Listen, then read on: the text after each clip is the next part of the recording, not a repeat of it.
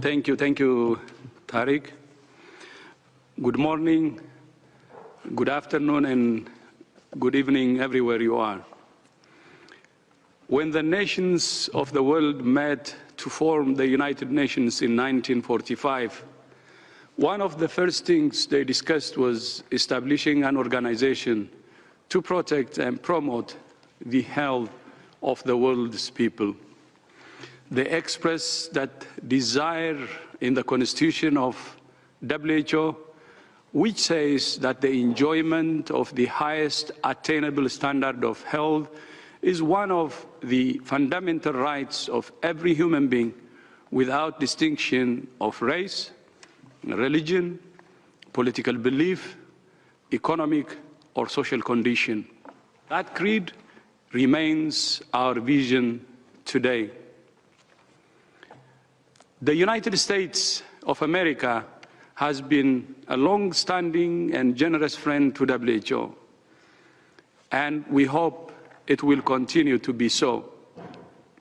We regret the decision of the President of the United States to order a hold in funding to the World Health Organization.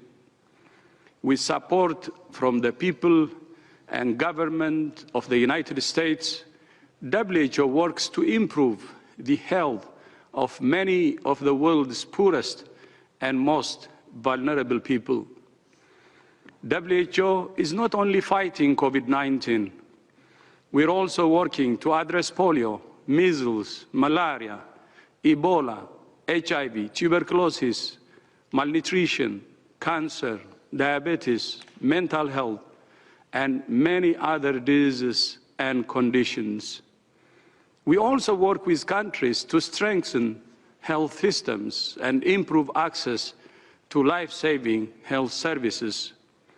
WHO is reviewing the impact of our work of any withdrawal of US funding, and will work with our partners to fill any financial gaps we face and to ensure our work continues uninterrupted. Our commitment to public health, science, and to serving all the people of the world without fear or favor remains absolute. Our mission and mandate are to work with all nations equally, without regard to size of their populations or economies.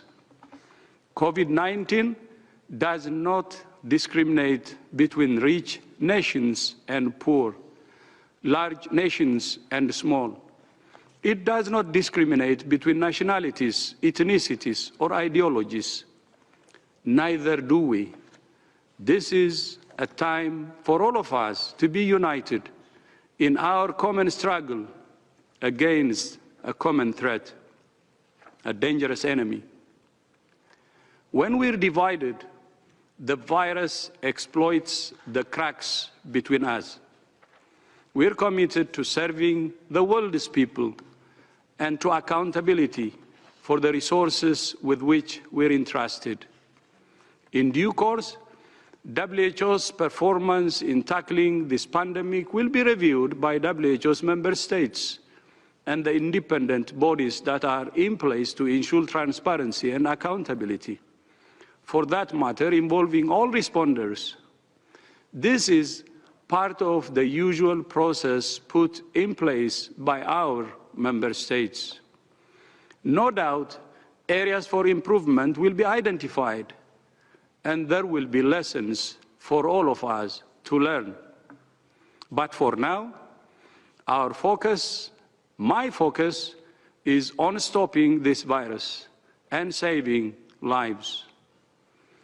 WHO is grateful to the many nations, organizations, and individuals who have expressed their support and commitment to WHO in recent days, including their financial commitment. We welcome this demonstration of global solidarity, because solidarity is the rule of the game to defeat COVID-19. WHO is getting on with the job.